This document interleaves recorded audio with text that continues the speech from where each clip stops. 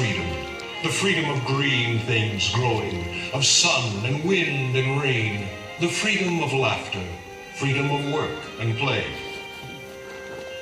Far up, where velvet sunlight poured through the cool ravines of the Okunalufti River, where soft wind made the yellow corn tassel blow through the lazy midsummer, lived the Great Spirit, that divine force which stirred the hearts of all men, and which led them to express in primitive ritual their deep kinship with the eternal God.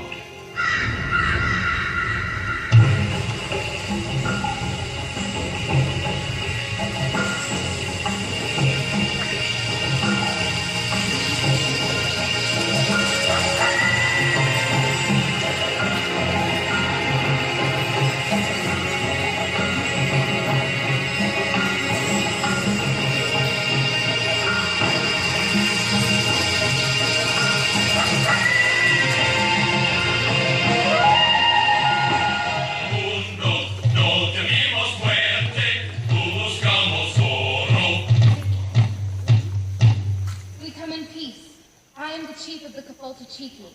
My people live south and east, many days' journey from here near the shores of the Great Sea. And east, me, yo soy el capitán Hernando de Soto de Su Majestad, el rey de España. Y estos son mis soldados. He is called de Soto. He is a mighty warrior chief from a great king. They came to our shores in many large ships. My people believe they come from the great Creator. Some even say they're spirits. I do not know, but it is best to do as they say. Look. Nothing can harm them. Why is their skin white? He says he is a child of the sun, and they are very powerful. They can kill men from a great distance with strange weapons. They brought fire and smoke. How can that be? It is true, I have seen it. These men are only a few. Over the mountains they are thicker than the bees in the springtime. What does he want? He looks for a land where the arrows are tipped with gold, where the people use turquoise for money and the children wear coral in their hair. Arrows tipped with gold? Now find out those in our land! The only gold we have is in the yellow cornfields. Tell this white chief to go. El jefe dice que los hombres blancos tienen que salir. No! Visitamos un poco. Necesitamos comida. He says he will stay. He needs food for his men. What is this? It means this land now belongs to his king. Los indios. No importa. Servimos el rey de España. ¿Dónde están ahora? He says you will tell him where to find gold.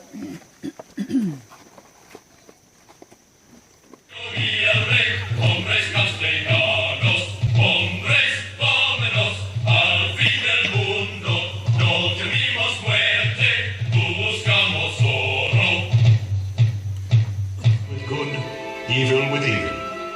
The Cherokee tried to keep peace. Like all people who live close to the earth, close to the sun and rain and the turning of the seasons, they had learned that no matter what a man's race or color might be, it is far better to live with him in friendliness, because hatred bites into the soul. But now England was again threatening the new continent. Even the mountains to the south were swept with turmoil. So it was that on a certain October morning in the year 1811, here in the valley of the Okunalufti River, the Cherokee chieftains from many days' journey were called to solemn council. A certain warrior had come down from the north, out of the Shawnee Nation, down through Kentucky and Tennessee, shouting in words of flame. Already his name had flashed through the country like chain lightning. The shooting star of the Shawnee from distant Ohio, Tecumseh. I am Tecumseh. I come in friendship and with respect to the great chief Yonagaska and all Cherokee.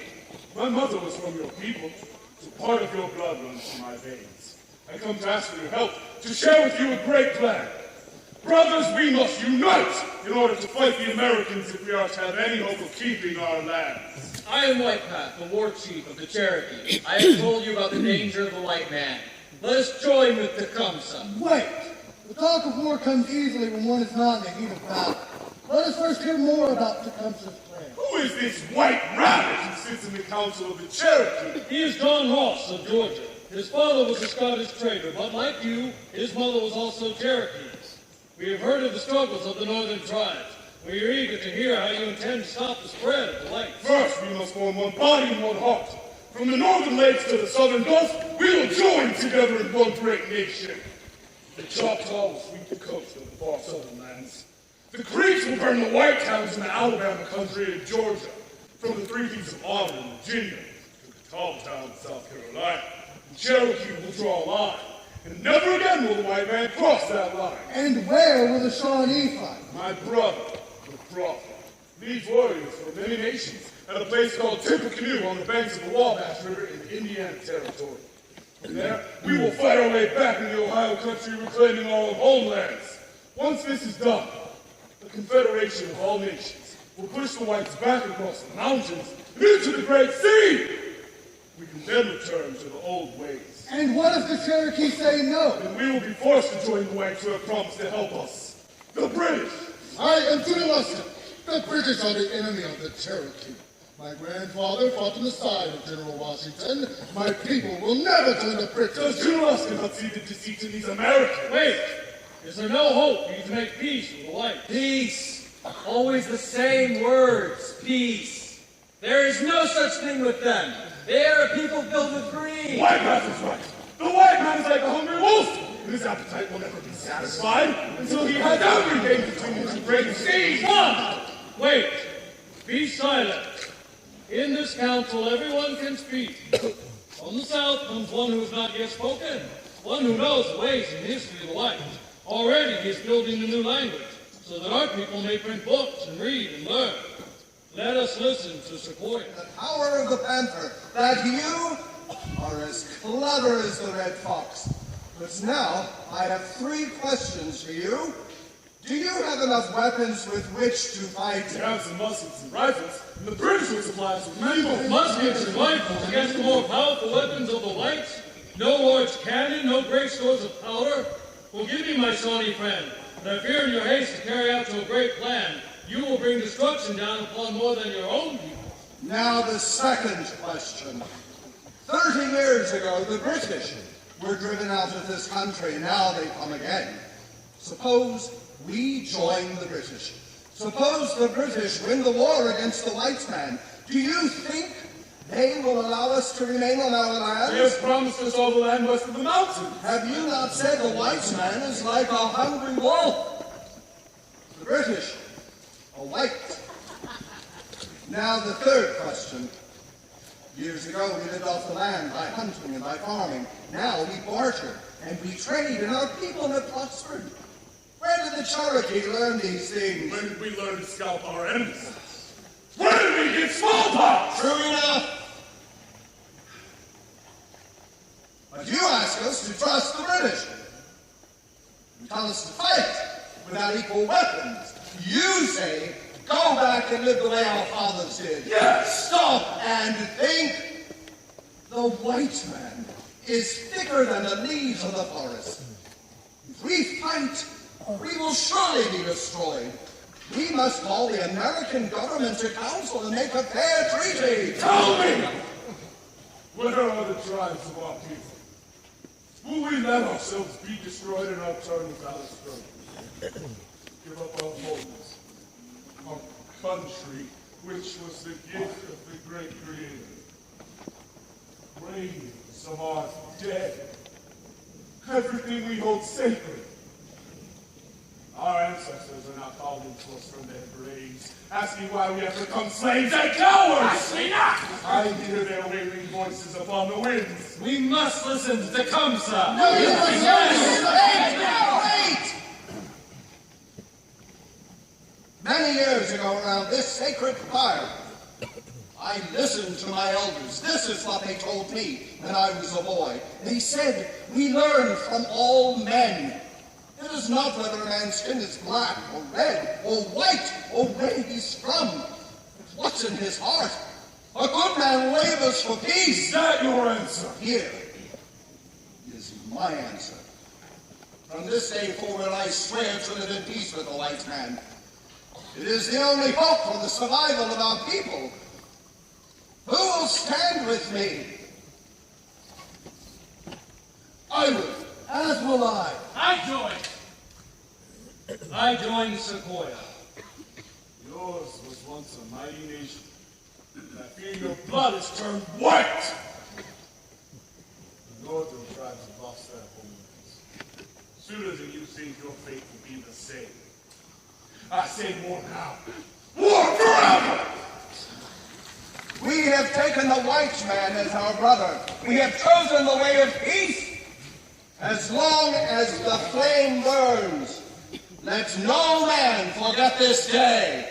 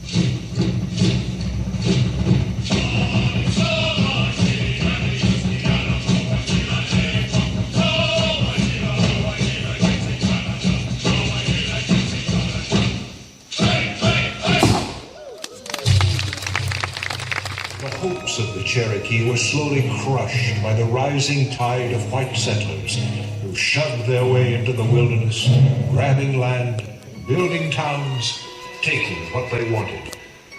The Indians were hurt and angry. Their honest efforts to be friendly and peaceable seemed to be met more and more by greed and corruption, and with hatred. Then, suddenly a storm came over the land. 300 years before, Hernando de Soto had been the first to cry, "Gold!"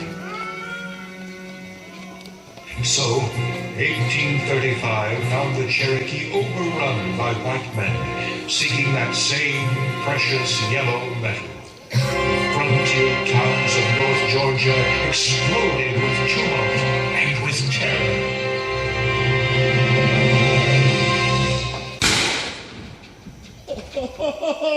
You ought to see them engines run, boys. All right. Step on up, everybody. I am flying for the house. Well, come on, you polecats. Wash the dust out your gullets. Fill them up, Molly. George, the mining company must have paid them up. Wait, you ain't sick, are you, Come Mom? on, get a drink, everybody. Get a drink. Here's to the new mines. New mines? What are you talking about? New mines? Mines? Where? Yeah, looky here. Look at that number. Fingers and hands. Let me see. Where'd you get it? West Fork of the Chestnut-Tee River. West Fork. Come on, boys. Let's go. Yes, come there. Wait. Ain't gonna do you no good. Go file no claims. We got every foot in land tied up tight for the North Georgia Mining Company. And what we ain't got, them engines can have. Oh, shucks. They always get there first. Every The time. man ain't got a chance working by himself. That's right. When I found out before, I rode up and filed claim on pretty nigh the whole county.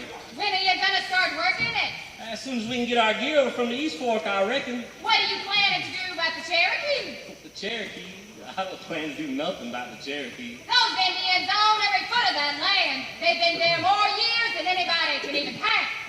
I reckon there's more than one way to deal with an engine. Leave that boy alone. I said turn it loose. Well, Washington, what can I do for you? Come on, it's all right. Come on over here and tell me what you want. That's it. Well, you're getting to be a big boy. Now, what can I get for you? Well, now, let me see. A pound of sugar, yeah. 3 yards of that red calico cloth, all right. And a copy of the Cherokee Phoenix. All right, Washington, I'll fix them for you right now. Hey, Molly, give me another drink. Just a minute. I said, get me another drink. I'm busy waiting on a customer. We come before an engine. What's wrong with you, woman? Yo, what's wrong with me, monk? Now back off. Leave that boy alone. Now, come on now. Look out, Molly. I said leave All right. him alone. You're always sticking up for them. I think you part engine yourself. Well, if I was, I'd be proud of it. These Cherokee are about the only decent people we got left around here. At least they get out and tend to their farms and mind their own business, which is more than I can say for some of the white trash I know. Now you touch that boy again, and I'll skin you alive. One of these days, you wish you ain't been all fired sweet on these stinking engines. The only thing that stinks around here is you. Now get out! Well, girl, you enjoy the company of them Cherokee while you can. They won't be around much longer. Why, you! Yeah! Come on back here with me, Watson. Howdy, everybody. Schermerhorn's the name. The Reverend John F. Schermerhorn. And get acquainted. Where are you from? Washington. Washington City itself, down here on government business. Washington. Well, ain't that something? Step up and have a drink. Oh, excuse me. I reckon you don't want one, seeing as how you're a preacher and all. Well, the fact is, since we're down here on government business, ain't doing any preaching right now. You understand? Like a rabbit spit in a hound dog's eye. Mr. Reed. Well, what kind of business brings you down here from Washington City? Figured I'm making a deal with the Indians. Government's decided to buy this land from the Cherokee. What's that? Buy this Yep, land? that's Andy Jackson for you. I tell you, brothers and sisters, he's the greatest president we've ever had. He's got the interests of the people at heart, the common people. You said the government wants to buy this land. What for? Make all this country government land. Sell it for homesteads so more white folks can move in here. Yes, sir. Plan on having a big meeting down at Red Clay, Tennessee next week. As soon as we can buy this land. We're going to move all the Indians out west.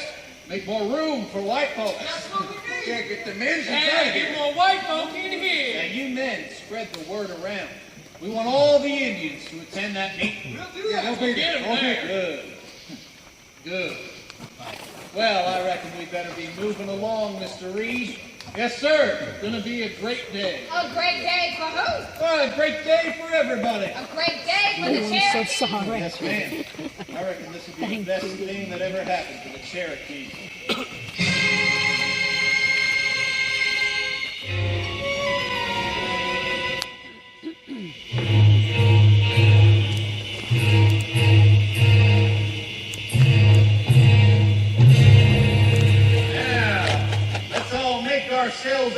home, brothers and sisters. Let's all get comfortable. Everybody find a good place. Mr. Reed, find a place for all our good friends here.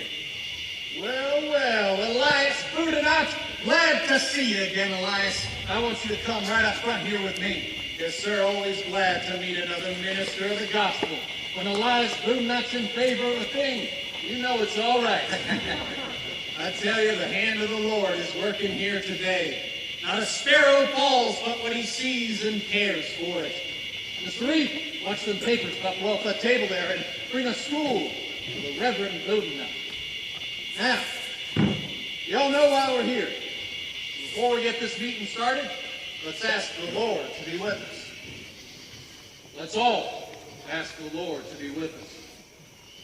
Lord, we want your blessings on these people here today. Bless the Cherokee Nation. Bring joy to its people. And bless Elias Boudinot for his great work among his people. Help him to guide his people in the right way in this meeting here today. Amen. Amen. Now, President Jackson has sent me with these papers to say that the government wants to buy your land.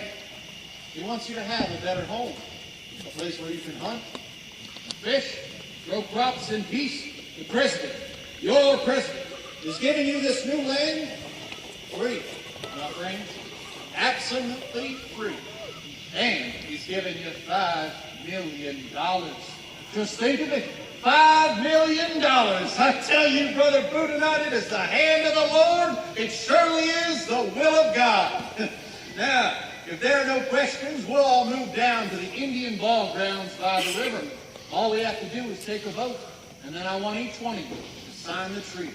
You can write your names right under the signature of President Andrew Jackson. God bless him. He's the man that made all this possible. Now, since there are no questions, we'll move down to the river and have our picnic. I have a question. I want to know what this treaty says.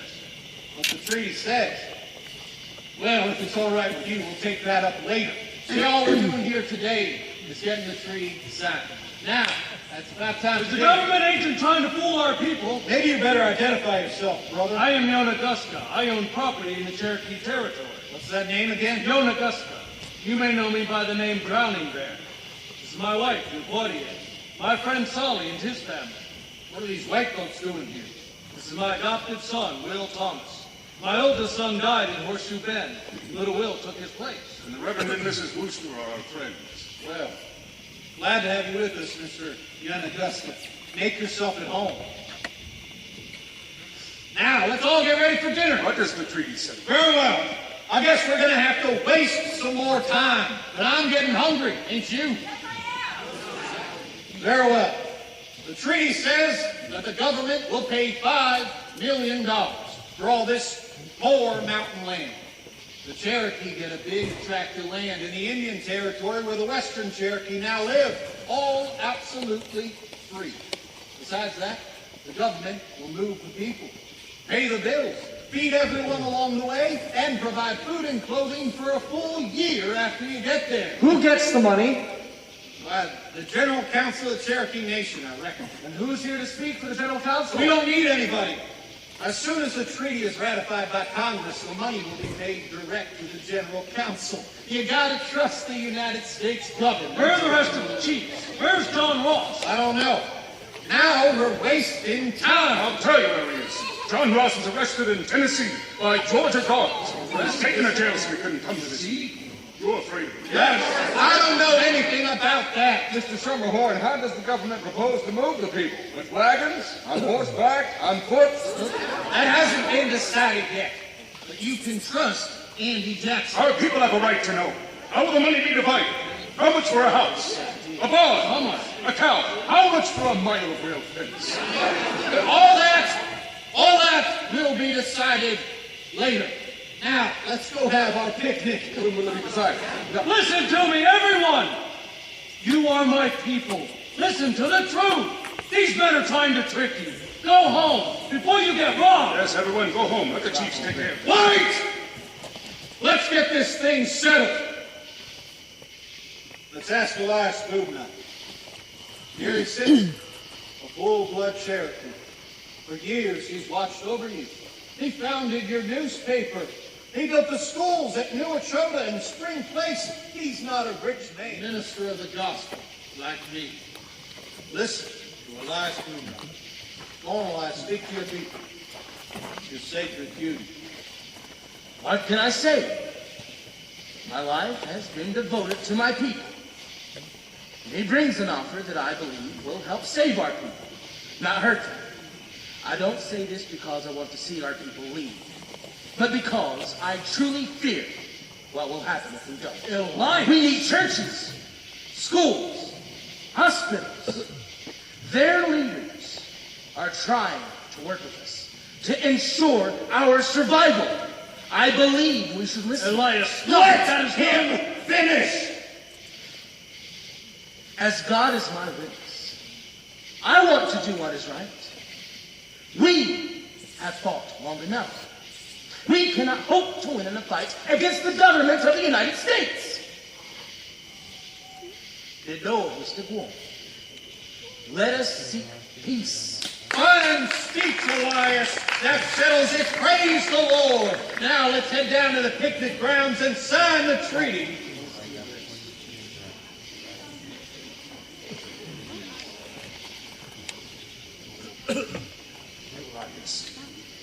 You'll be branded a traitor for this. How could you turn your back on your own people? I haven't turned against anyone, Solly. Fighting is not the answer. Peace is the only way now. If we do not accept the terms of this offer, our people will end up with nothing but defeat and sorrow. Defeat and sorrow? Our people are signing their death warrants, and you're helping them do it. Listen to me, please. The treaty before us offers our only hope. And one thing is certain. I will sign it, even though I know I might be signing my own death warrant according to our laws. Then that is your choice, Elias. There's nothing more to say here.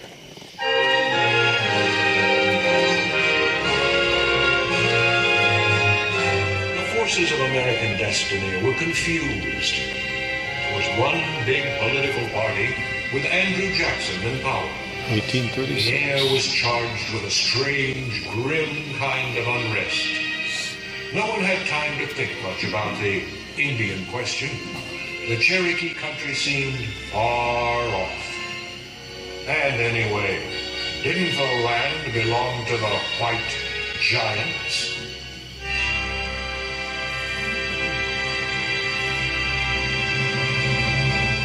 Mr. Cass, we're wasting time. When's Andy Jackson coming? The president said he'd stop by 2 o'clock as a courtesy. A courtesy. After all, the Cherokee matter is closed. Congress authorized us to draw up a treaty and move the Indians to the west.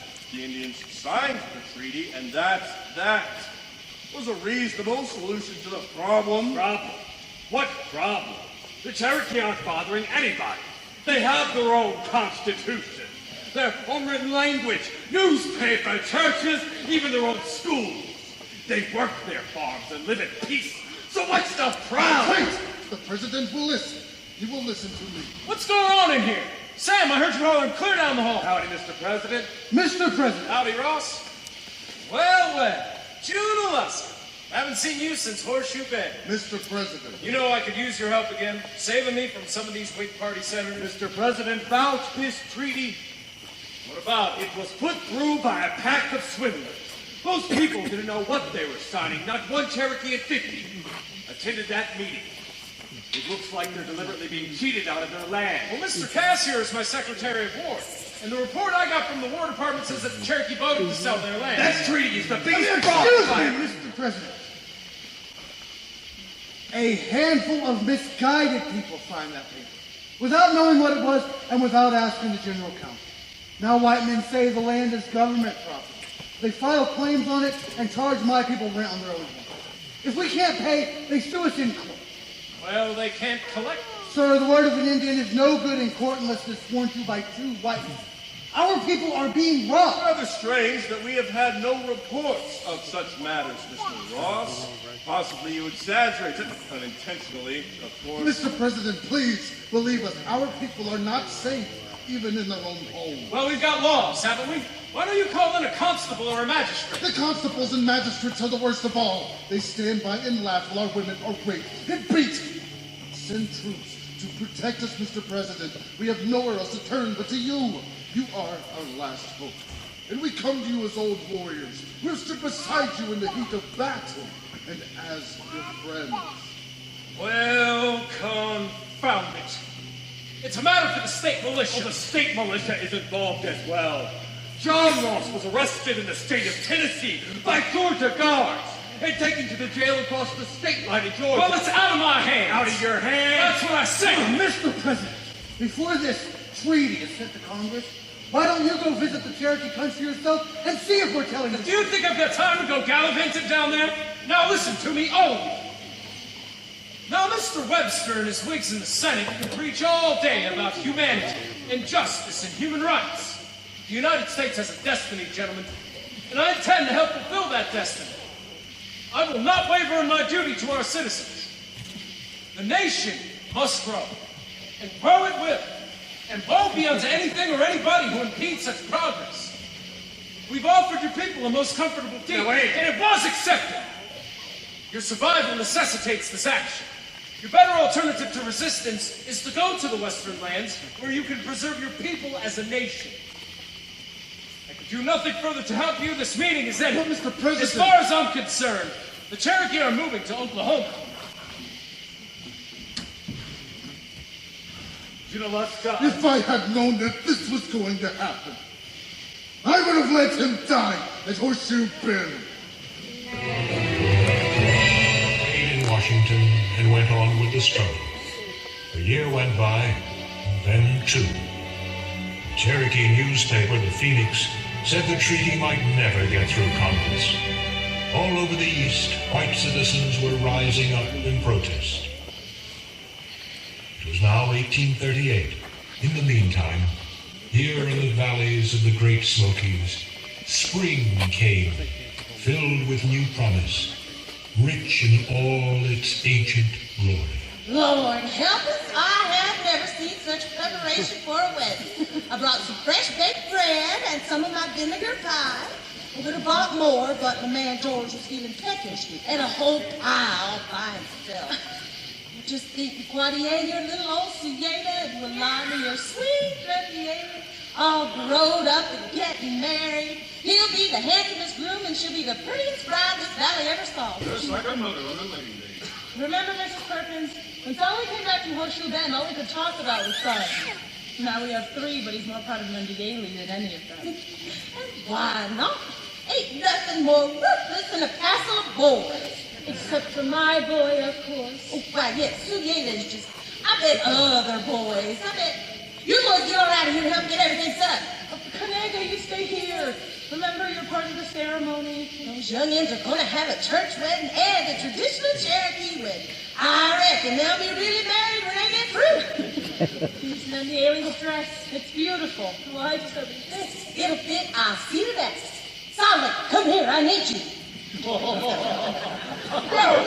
Sally, now you stand still. Will Thomas, who is that fine-looking woman? Why, that must be the bride. Husband, you think something is funny? No, nothing is funny. Well, a man who laughs at nothing is a fool. Nandiani, come see a dress. Let me see. It's so beautiful. Look, Anne. See my wedding dress? It's truly lovely, Nundy Ailey. Almost as lovely as the brides were wearing. That is the dress I wore when I married you in Augusta. My mother and her mother before her all wore that dress when they were married. I love it. Oh, I'm so happy. So happy. I want to cry. Oh, Nundy Ailey, crying is bad luck. Besides, if there's any crying to be done around here, I'm going to do it. Oh, no one is going to cry. Wedding day must be a happy day. Every bride who has worn that dress has had a long and happy life. My great-grandmother lived to be 96 and had 11 children. 11 children? Well, I reckon her husband didn't spend all of his time in the cornfield. Okay, you get back in there and pack up for you two to see each other before the wedding. Anne, Do you think it will be all right in the eyes of God if Sieta and Nundiele have the old Cherokee ceremony before I marry them in the church? Of course it'll be all right. I'm sure our Lord will understand. Look.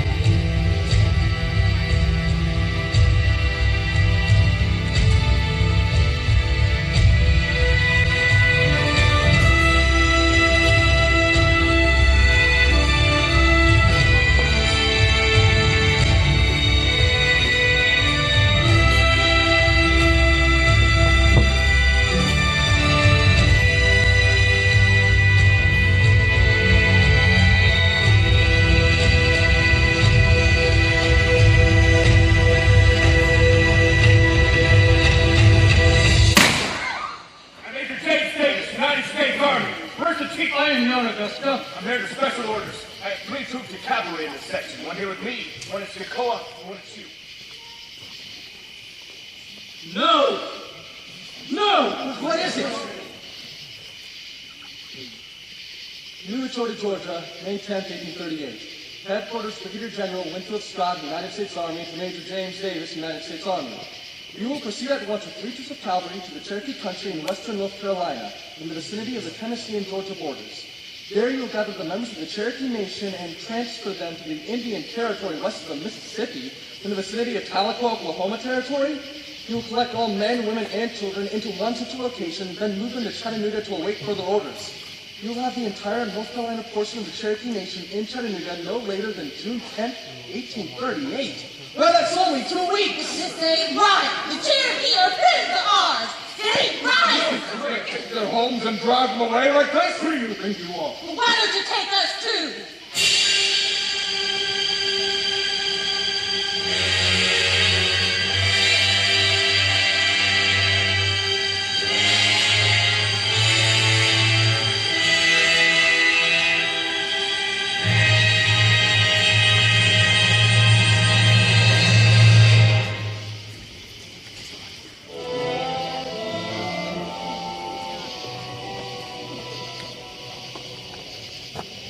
Out of the great womb of destiny, into the doorway of the world, come the souls of men, created equal in the sight of God. When their day is done, they return still equal into the bosom of the eternal. Somewhere between, on the plains of human life, caught in the monstrous mistakes that men devise to plague each other, it is the fate of some people to undergo pain and misery, and to be twisted on the rack of greed and hatred. The Cherokee were beginning to realize that at last their time had come. A dark frenzy tore into the minds of the people. Like summer lightning, the news shot through the mountains, down the green valleys. The Cherokee had been left alone for so long that they'd almost forgotten the fateful treaty which a handful of their brothers had foolishly accepted in the name of the Cherokee Nation. Indians had so many friends among the white people that this terrible thing did not seem possible. But it was true, and now it was upon them. 20, 40, 50, 55, 56. $56.38. There you are. Here, take it. No. Oh, what's the matter now? Are you expecting something for your house and barn and all your cattle like the others? Yes, well, you won't get it. How many times do I have to explain that? Each person gets $56.38. That's all. Now take yours and move along. Take it and stop wasting time. Come here, you. We want to talk to you about a warrant. What's your name? John Runningwood. There's no such name here. You must not own any land. Yes, I do. Well, your name's not here. This is the official list of the members of the Cherokee Nation. If your name's not here, I can't pay you.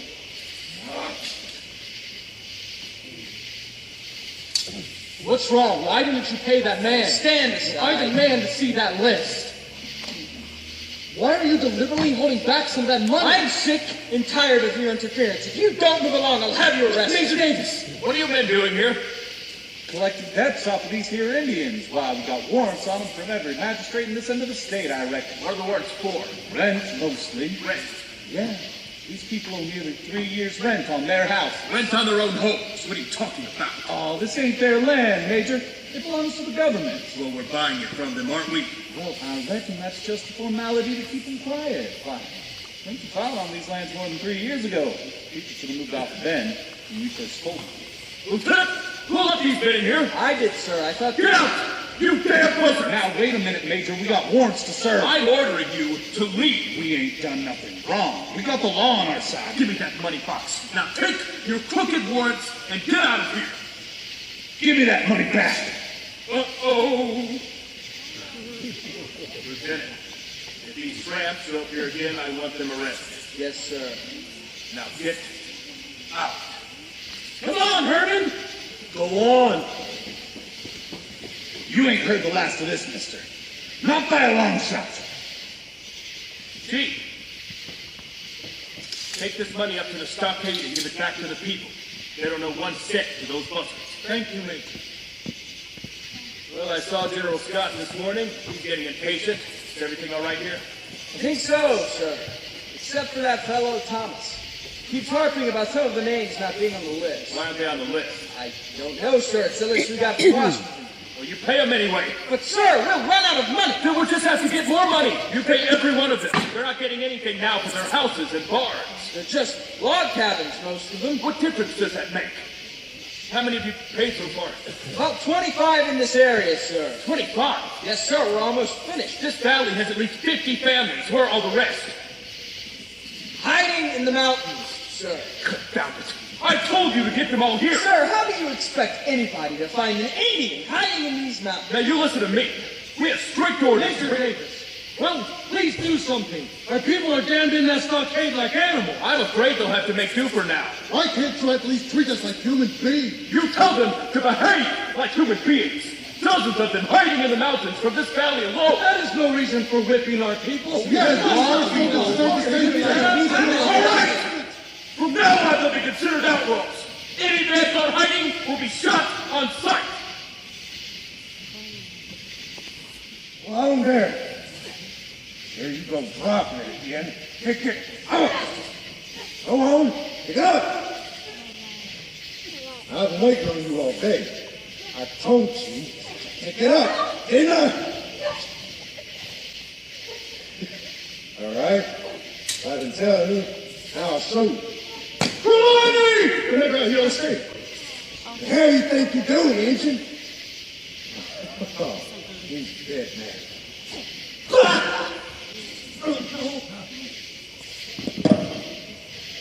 Very nice.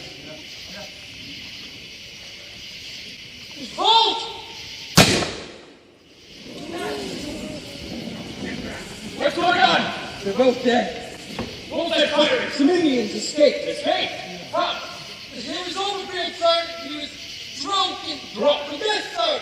He was trying to make that woman move along and she fell and I guess she hit her head on a rock and then the husband killed Overfield. I'm pretty sure it was that Solly fella or Charlie, whatever his name is, but anyhow, before I could stop, he got away with his 3 boys. What are you people doing down here? I let you out of the stockade for a little while, and you come running down here like a bunch of wild horses. You're Augusta. You're supposed to be their leader, the great patriarch. Why can't you control them? Sergeant, take these bodies down to headquarters. I'm Cherokee. What did he say? He said it's Cherokee. Let the Cherokee take care of their own. Very well. Sergeant, take Overfield's body down to headquarters. Yes, sir! Now you people get back down where I told you. Major Davis. Well, you must understand, all we want is to remain in our homeland and live in peace. Well, maybe you should have explained that to Sully's boys. That soldier got what he deserved. He killed Sully's wife. Major Davis, Sully is a man like you or me. We are human beings the same as you. What would you do if a drunken soldier murdered your wife? Nothing bad.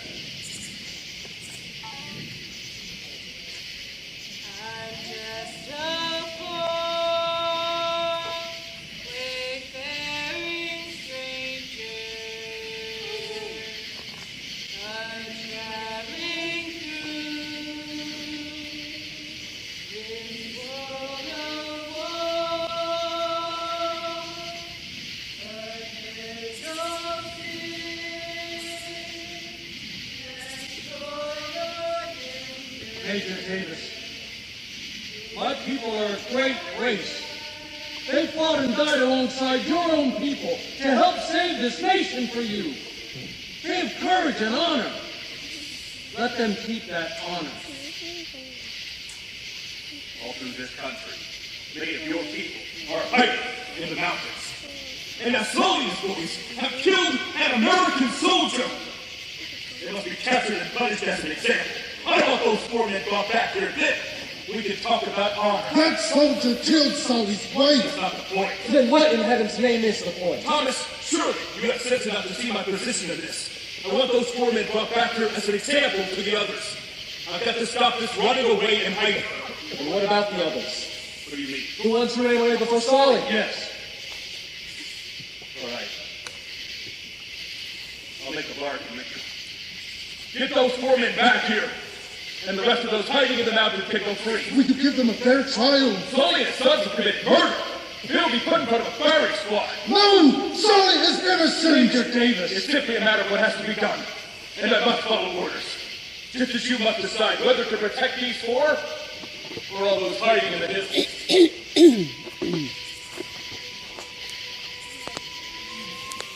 Junaluska, you must go to the mountains and find Sully and the boys. No, do not ask me to do this. Sully is my best friend. Will Thomas, you will go with him. You know every cave on Deep Creek. Sully will never come back. Why should he? He'll die in those mountains first. Junaluska, you must go now and take Will. Speak to Sully in the name of our people. He will know what he must do.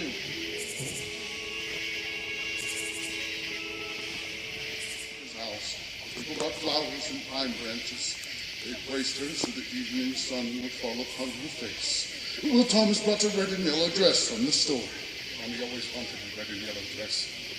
She worked so hard all over her. She can rest. Sully and the soldiers came. Mommy didn't come. She woke the boys. Cooked breakfast for the soldiers. And then us. She wanted to milk the cows. The soldiers said to her, We started down the path to Cow's Ball. Ronnie looked back in incline because there was no one left to milk the cows. Reverend Rooster will hold a service at Yonaguska's house tomorrow at sundown. He will be there. What's the matter? What is it? Tell me. You can't come to the funeral. Why not? Everyone hiding in the mountains has been branded an outlaw. You'd be shot on sight. The Summers and I will be there. The soldiers will not see us. After that, no one will ever see us again. We'll go to the West Border. The soldiers will not go there. Sorry, we have news. Why did you come? Did the whites send you? They sent you. White. Always the white men bring death. They killed my father and my two brothers. They killed Belani. Now they want to kill me and my sons. They're like mad wolves. You tell them where we are. Son! You tell them! Son, I have a message. We'll give a message. And then go. Major Davis says all those hiding in the mountains can go free. If you and your sons will come back, they cannot find all those hiding in the mountains. They must make an example to the rest of our people. If you will come back and be punished, he has promised those hiding will be able to remain. The white major has promised. It's a trick. You hear, Connecticut? It's a trick to make us come back. They never keep their word. They'll kill us like rabbits. And the others, too. No, we will not go back. Tell Davis if we will not come back. Go. Yonaguska has spoken to Major Davis and his general. They have promised to spare the others if you will return. Yonaguska has asked in the name of our people for you to come back. Our people have been crushed to death by the white men. Now Yonaguska says come back. He headed into the stockades. We marched to some strange land. No. It's better to fight with honor than to die being treated like an animal. I will not chase death in that manner. Nor will my boys. Now go.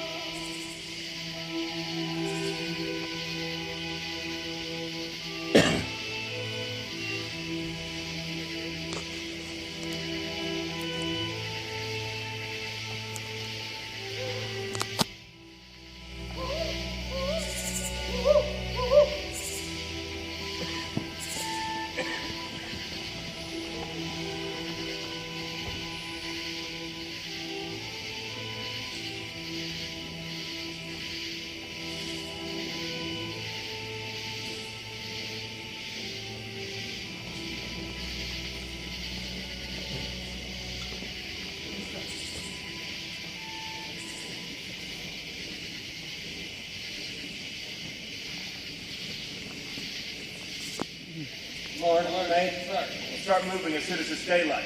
You may get up to the stockade and see if you can help. Looks like the major ain't had no sleep. What about it? Maybe you're taking all this too hard, sir. Yeah, I mean, after all, they just a bunch of Indians. Just do as you're told. Yes, sir. Wait, sir. Yonaguska. Any word yet from Solid? No, not yet. Thomas. I understand you've been going down to Raleigh and buying up most of the land around here. They tell me you're leasing it to the Indians. You got Yonaguska here living on part of it? How many more? It's perfectly legal. The property is leased in their names. And perhaps the ones hiding in the mountains can come back and settle on it after we leave. Maybe it's legal. Maybe not. Anyway, we can't touch on it. It's up to the state of North Carolina. But if Sully doesn't come back and surrender, all those hiding in the mountains will still be considered outlaws. and whip. Be treated accordingly. Well, we're just about ready. Ann and I have finished packing our things into the wagon. Are you going back to Massachusetts? Massachusetts? No, not Massachusetts. You're going west with our people? Yes. I spoke with Ann about it, and she didn't even hesitate. Of course we're going. Our place is with the Cherokees. You are a true friend to our people. Anyway, you and Will Thomas will have to find two preachers. I should go to the west with you, Junaluska. No, you must stay here and help. A chief's place is with his people. Some of our people are still here, lost in the mountains. Your own son, Suyeja, and his wife, Nandieli, are among them. You must stay here and keep our ancestral fires burning. And someday you can all come home again. There is no one left to leave but you. What can one man do? My people have been branded as outlaws. Solly will come back. Did you know, Augusta, that when we started to have the funeral yesterday, we found a piece of cloth had been cut from Alani's dress? Solly was here. That means he'll never surrender. Now he will die back in the mountains. One by one, they will all die.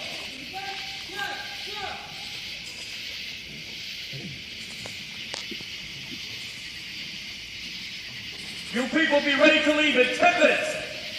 Solly! Will the people in the mountains go free now?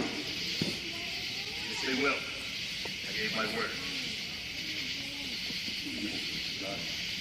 We prefer to die at the hands of our own people. Not white soldiers. Solly, you cannot Surely leave. you can grant us this final request. Very well. That's what you want. Search! Let's get this over with as quickly as possible. That's best for all concerned right now. Take 4 people out of the crowd, issue them weapons on sight. They will execute the prisoners. Yes, sir! You, this way! All right, forward here, let's go! Wait, it's only a child! Very well, take it. Go on, take it. Search it. Forward! March!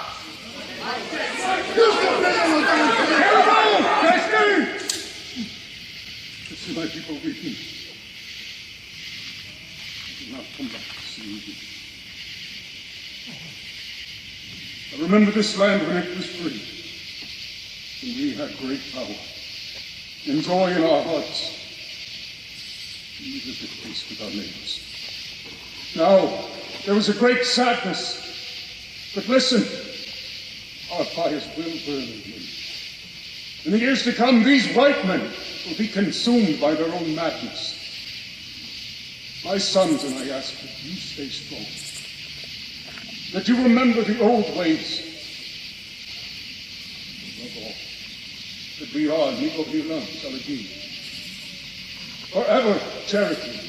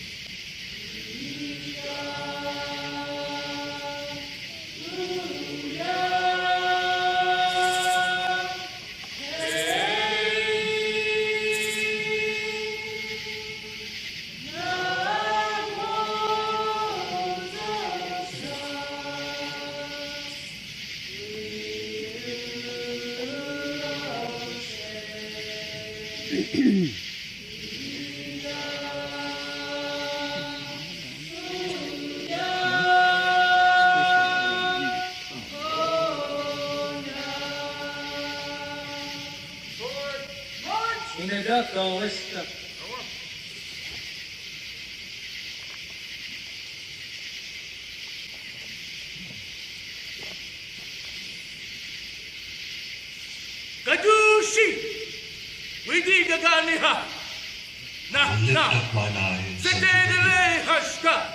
From whence cometh my help? Thine oak come from the Lord, which made heaven.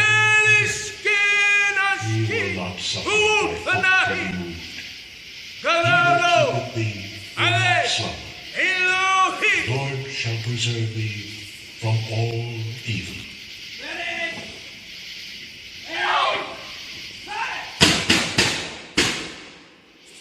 Asheville, swinning God, Nelly, quo. The shall preserve thy soul.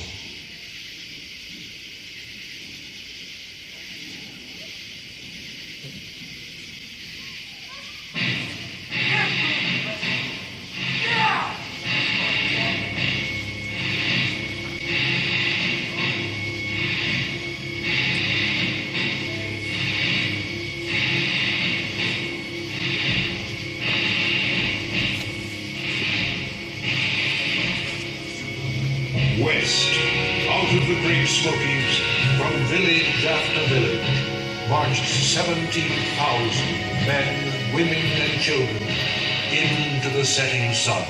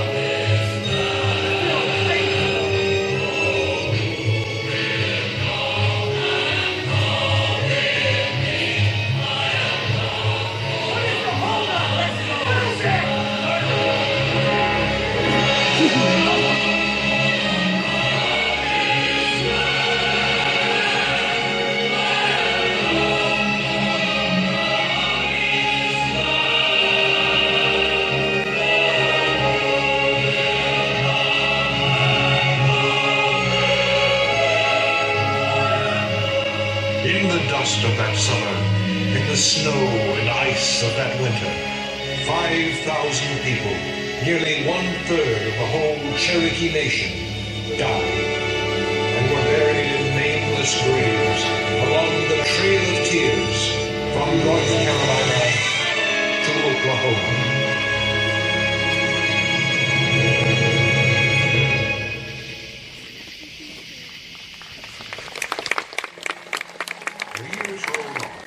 There was still one man in Washington who was their friend. In the spring of 1841, Daniel Webster had now been asked to serve in the cabinet of the new president, William Henry Harrison. Perhaps, they thought, this might be the dawn of a new day.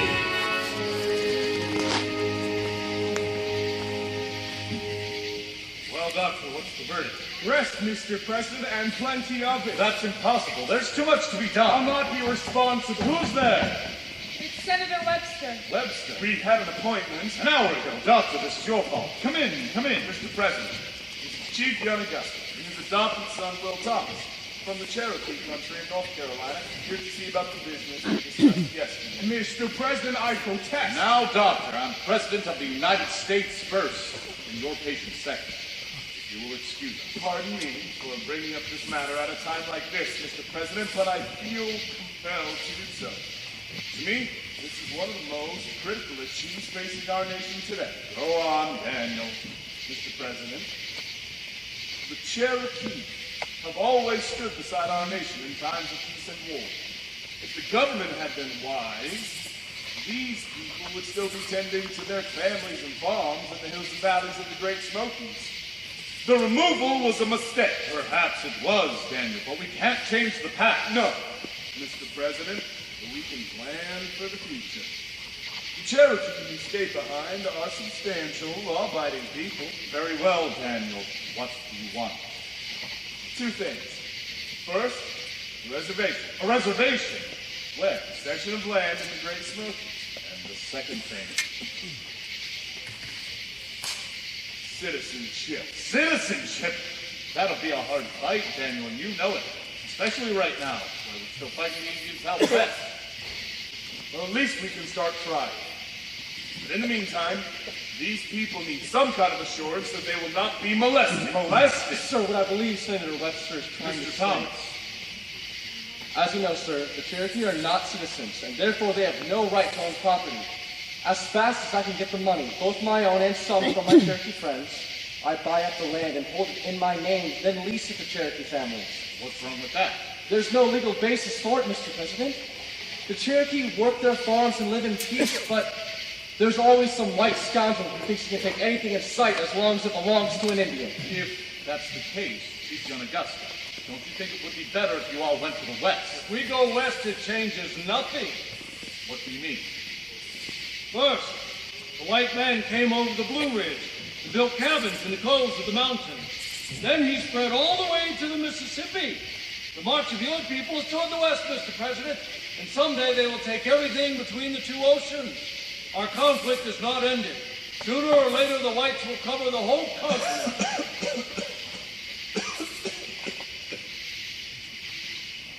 What's the answer then?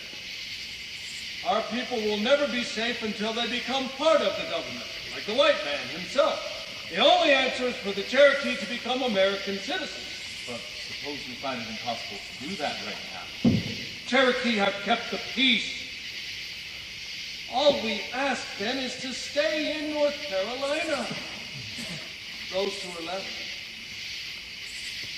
Mr. President, I am an old man, and soon I will go to join my departed wife, Nuquartier.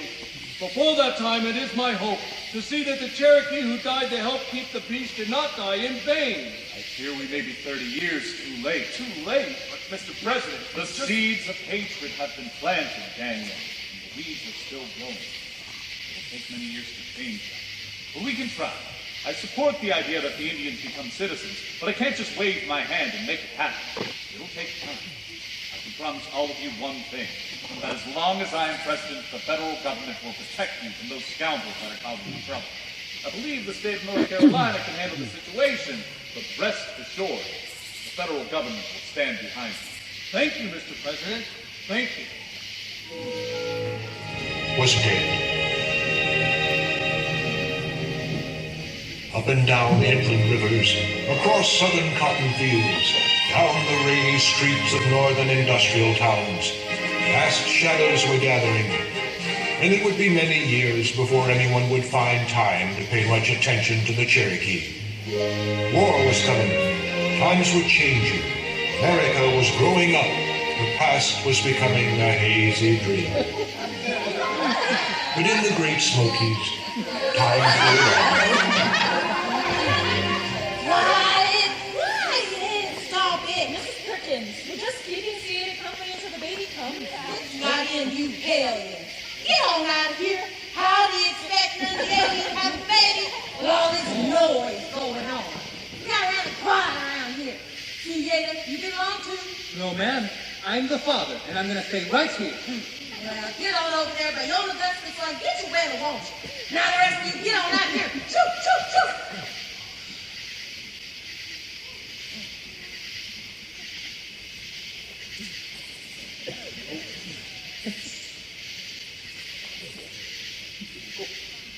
Oh, I never saw so much trouble over one baby. What's wrong with you? About to become a grandfather, you sit there cool as a cucumber. Suyeta spoils his wife. You watch. Next time she'll want a doctor. By the way, I got the deed for that new property.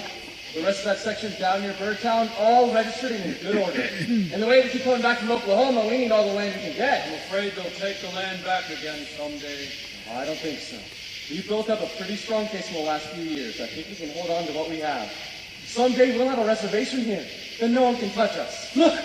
Another one is coming back. At least 5 this month. Suyeta. What? Get on in here. Already? Junaluska? See you! Everyone! Junaluska has come home with a Willookers here. Welcome home, Junaluska. Welcome home. Yonaguska, I hope you are well. The fire you gave me still burns in the western land. Ah, come and rest, my friend. I will not trouble my old friends. I've only a little time to live. I am told there is a good home in the Snowbird Mountains, and I will go there. You'll stay right here. We'll take care of you. What you need is something to eat and a long rest. You, come to my house. No, that will make trouble with the other white men. I only came back to see my people once more. I've heard little since I left. Times have changed for you, Alaska. You can live right here in the village. Little Thomas will find you a piece of land down by the river. I don't understand. Never mind. You're home now. Our people are happy. Oh, just look at them. I have a son! You hear? None nearly had a baby. You're just as a grandfather. This makes me very happy. You hear, too, Alaska? Now Solly too has a grandchild. Now Solly lives again. The winter dies. Spring comes. It is good. The sun on the old day is setting. Solly's grandchild will see the new day. To my friend, Uncle Thomas, and my old friend, Joan Augusta, say goodbye. What do you mean? You just got here. It is time to go. In the beginning was the land. In the beginning was freedom. In the beginning was peace. Once upon a time, out of the darkness of tragedy, a man said, I will lift up mine eyes unto the hills. Once upon a time, out of the darkness of tragedy, a race of people looked beyond the years and devoted itself to the dream of its great leader when he said, it is not that a man's skin is black or red or white. Choose the way of peace. Take all men as your brothers. This then was the dream of the Cherokee. This then is the hope of America.